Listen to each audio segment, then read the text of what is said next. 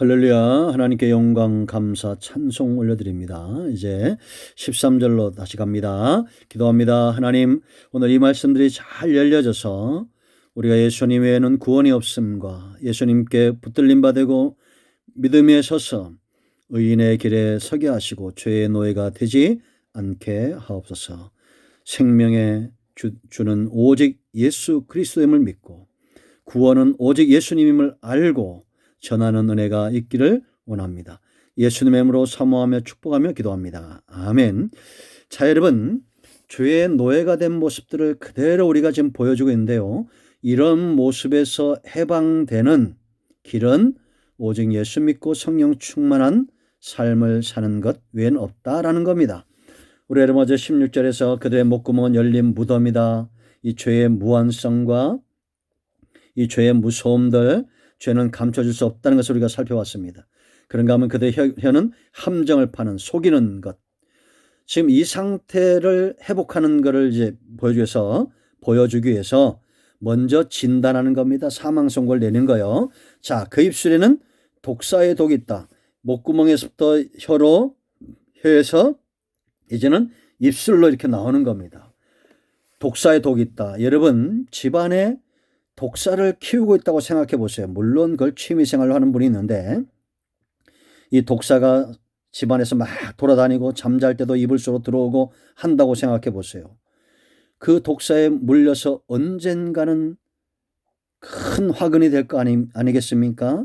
그런데 여러분, 우리가 입술이 독사의 독과 같다 생각해보세요. 사람을 죽이는 독이 실제로 코끼리도 죽일 만한 독이 사람에게 있답니다. 부부가 다툴 때 나오는 그 침을 가지고 80명을 죽일 수 있다라고 한다고 그랬죠. 뭐 어떤 분들은 농담삼아 면역이 된다고 하는데 그렇게 농담할 일이 아닙니다.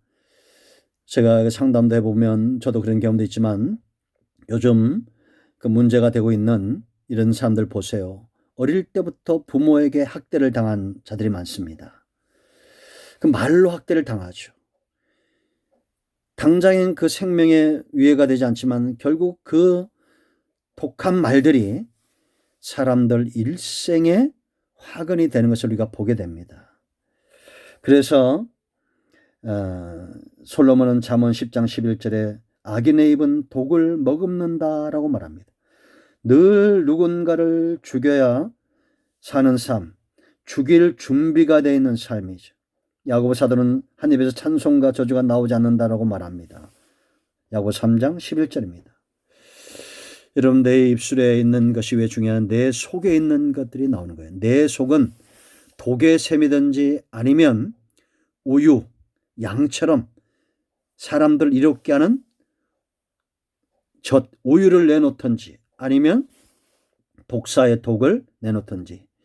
여러분, 성경에 이 뱀에 대해서 이롭게 말한 것이 한 군데 있죠. 마태복음 10장 16절 뱀처럼 지혜롭오라. 이 뱀은 첩경의 독사, 지혜롭다는 겁니다. 함부로 그 독을 쏘지 않죠. 한 번 물어서 그냥 죽이는 이런 독사는, 독이 많은 그런 독사들은 함부로 그 독을 내놓지 않고 그 독을 써서 사람을 죽입니다.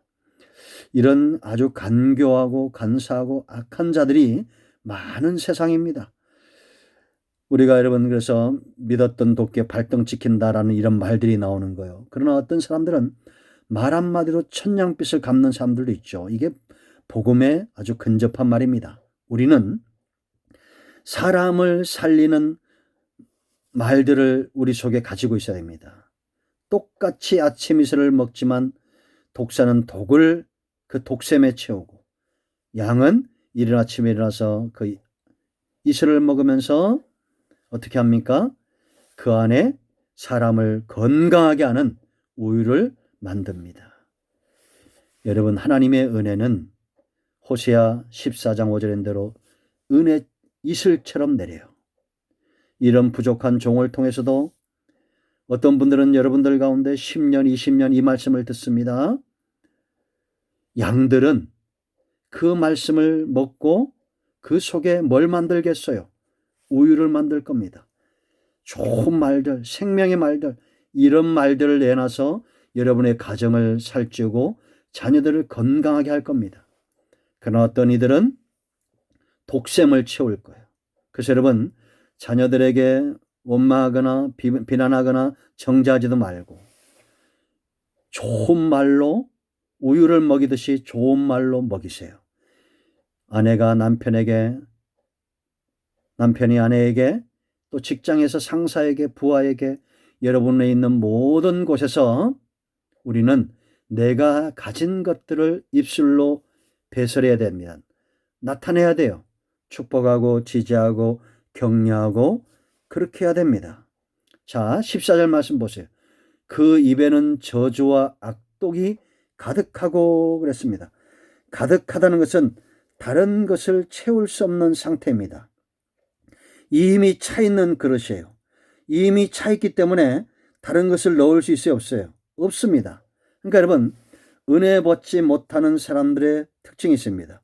분노와 염려와 근심을 가지고 예배 자리에 나오는 사람이에요. 그리고는 그걸 비우지 않습니다.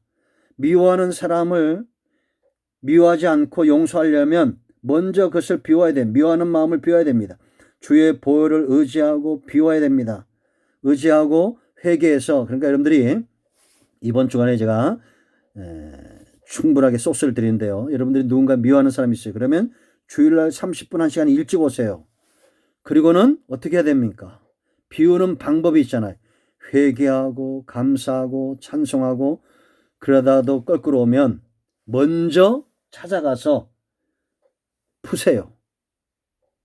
풀기 싫어도 먼저 풀어보는 거예요. 풉니다. 관계를 회복하세요. 그리고 나서 하나님 보면 체험의 역사가 있습니다. 저는 이런 체험들이 있습니다. 물론 그 사람은 저랑 해결이 안 됐다고 할 거예요. 그러나 나는 찾아갔고 관계를 왜 손을 내밀었습니다. 저희 아버님도 이런 간증이 있는데 그건 제가 여러 번 했기 때문에 안 하겠습니다. 그런 간증들 많을 겁니다. 먼저 마음을 여세요. 상대방이 닫아도 먼저 여세요. 그리고 하나님 앞에 나아가면 비로소 그릇이 준비되면 채워지는 겁니다. 바울은 복음을 보배로 말하며 이 보배를 질그릇에 가졌다라고 말합니다. 고린도후서 4장 7절. 하나님의 능력인 복음에 비하면 사람은 질그릇처럼 약하고 가치가 없는 거예요. 그럼에도 하나님은 이 질그릇 같은 인생들에게 뭘 담았어요? 복음을 담은 겁니다. 여러분, 우리가 별것 아니에요. 그런데 질그릇 같지만 중요한 것은 내 그릇의 가치는 뭘로 그 가치가 매겨집니까? 무엇을 담았느냐라는 겁니다. 질그릇에 금과 보화를 담으면 그게 금괴가 되는 거예요. 금괴. 그렇지만 여러분, 아무리 좋은 재료로 그릇을 만들어도 걷다가 똥을 담아 놓으면 똥그릇이 되는 겁니다. 여러분들이 스펙이 아무리 좋고 좋은 대학을 나오고 그래도 여러분 안에 똥을 담아 놓으면 똥그릇이 되는 겁니다. 어떻게 할 수 있어요? 말하는 걸 보면 그 냄새가 그대로 드러납니다. 저주와 악독이 가득하면 안 됩니다. 우리는 질그릇이지만 복음을 담은 존재예요.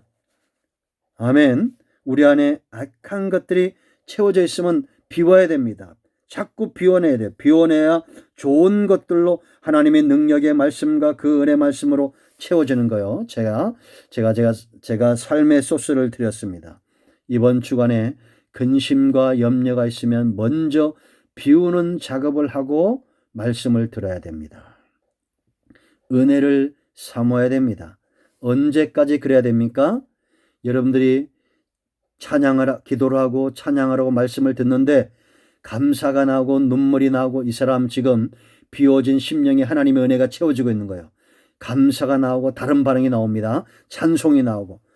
그런데 감사가 나오고 찬송이 나오고 어느 날 갑자기 이제 미움, 염려, 처음엔 근심부터 나옵니다. 한숨 쉬고 근심, 염려, 이제는 시기, 다툼, 옆에 있는 사람들에게과의 관계가 싫어지고 이제 점점 은혜는 나가고 나쁜 것이 들어오고 있다는 거예요. 이걸 잘 감지해야 돼요. 우리가 미련스럽게 지혜로운 것 같지만 자꾸 다른 것이 들어오고 나중에는 이게 또아리를 틀고 이단 사상, 우상 숭배 사상이 꽉 차서 이제는 복음을 전하지만 듣지 않는 자들이 있습니다. 그 지경까지 가면 안 돼요. 그러니까 잘 보세요. 여러분 입에서 뭐가 나오는지. 처음부터 막 저거 죽여버려 이런 말이 안 나옵니다. 처음에는 서서히 짜증이 납니다. 이제 은혜가 말씀을 들어도 그렇고 찬송도 안 나옵니다. 이제 조금 더 발전합니다. 미워합니다. 조금 더 발전합니다. 다툽니다. 조금 더 발전합니다. 이제는 관계 이상이 오기 시작하는 거예요. 감 잡으세요.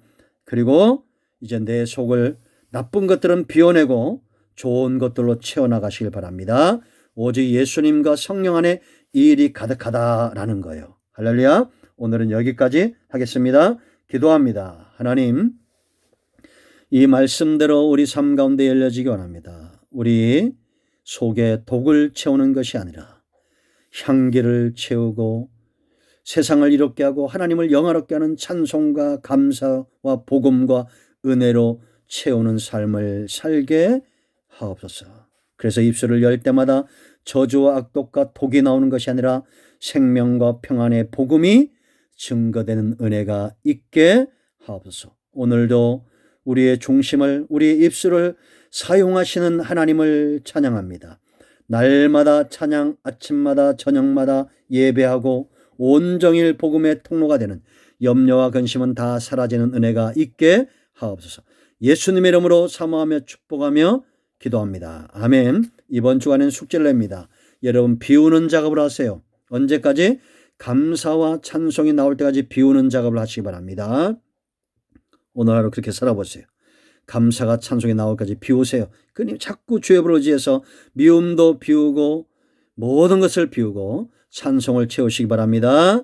자, 이제 선포합니다. 여러분 가운데 어떤 문제나 질병의 문제가 있든지 어떤 자녀 간의 직장의 사업의 모든 어둠은 예수 그리스도의 이름으로 지금 해결되었습니다. 아멘 하십시오. 아멘. 꼭 받은 바 은혜는 필요한 곳에 나누시기 바랍니다. 배가 됩니다. 간증은 축복입니다. 아멘.